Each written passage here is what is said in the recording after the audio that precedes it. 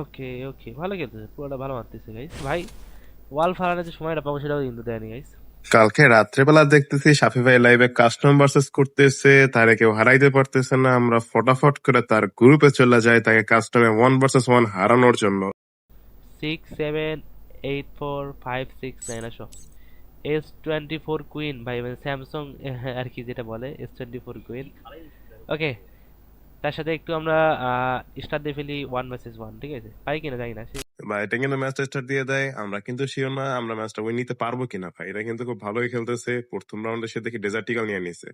আমরা এখানে ওয়ান টপটার প্রচেষ্টা করতেছি এবং আমাদের ওয়ান টপটা কিন্তু এখানে লাগা যায় সুন্দর মতন। তার দিক দিয়ে দেখেন ভাই ক্যারেক্টার স্কিল ভালো না, এটা আমার একদম পছন্দ না এটা। এই ওকে ওকে, ভালো।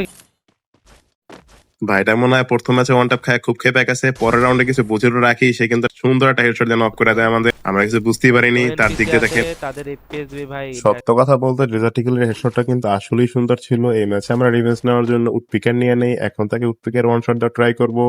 এন্ড ফাইনালি তারে কিন্তু আমরা একটা সুন্দর মতন ওয়ান শট দিয়ে দেই উডপিকার দিয়া ভাই। তার দিক দিয়ে দেখেন লাস্ট ভাই ওয়াল ফালানোর যে সময়টা পাবো সেটাও কিন্তু দেয়নি গাইস। উডপিকারের দ্বিতীয় রাউন্ডে সে কিছু বুঝে ওঠার আগেই তাকে আমরা হেডশট দিয়ে রাউন্ডটা নিয়ে নেই। ট্রাই করা দিতে পারে। ভাই ভালো খেলতেছি কিন্তু।